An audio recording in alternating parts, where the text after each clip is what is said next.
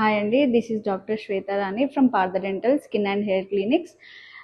చాలామంది డౌట్స్ ఏముంటుంది అంటే జ్ఞానదంతం ఒక్కసారి నొప్పి వచ్చింది అంటే అది తీసేయాల్సిందేనా అని అడుగుతుంటారు. ప్రతి జ్ఞానదంతం నొప్పి వచ్చినప్పుడల్లా తీసేయాల్సిన అవసరం లేదు. ఏంటి అంటే అవి కొన్ని కారణాలు ఉంటాయి ఎందుకు తీసేయమంటాము అనేది. కొన్ని జ్ఞానదంతాలు ఏంటి అంటే లోపల నుంచే క్రాస్గా వచ్చి పక్క పన్ను ఎఫెక్ట్ చేయడం వల్ల ఆ పన్నుని జ్ఞానదంతం అనేది తీసేయమని చెప్తాము.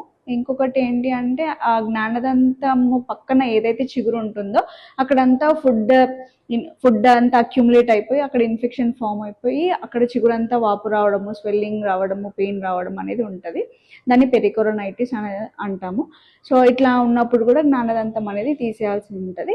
ఇంకా కొన్ని సిచ్యువేషన్స్ ఏంటి అంటే జ్ఞానదంతంలో చాలా మట్టుకు పుచ్చు ఉంటుంది, అది చాలా లోపలికి డీప్గా వెళ్ళిపోయినప్పుడు కూడా ఆ పన్నును సేవ్ చేయలేమన్నప్పుడు కూడా జ్ఞానదంతాన్ని